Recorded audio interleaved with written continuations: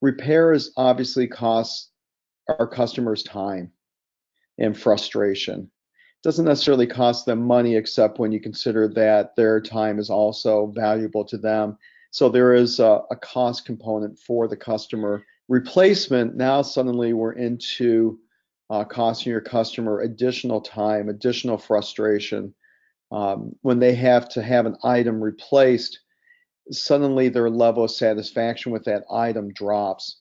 So there's a lot of hidden costs to the customer that we can't really categorize, but certainly they are feeling.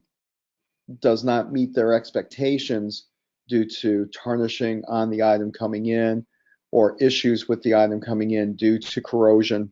Now the reach that these people have that are dissatisfied with the product or with the service, suddenly they can reach around the world. So the loss of reputation can occur extremely rapidly and can be quite devastating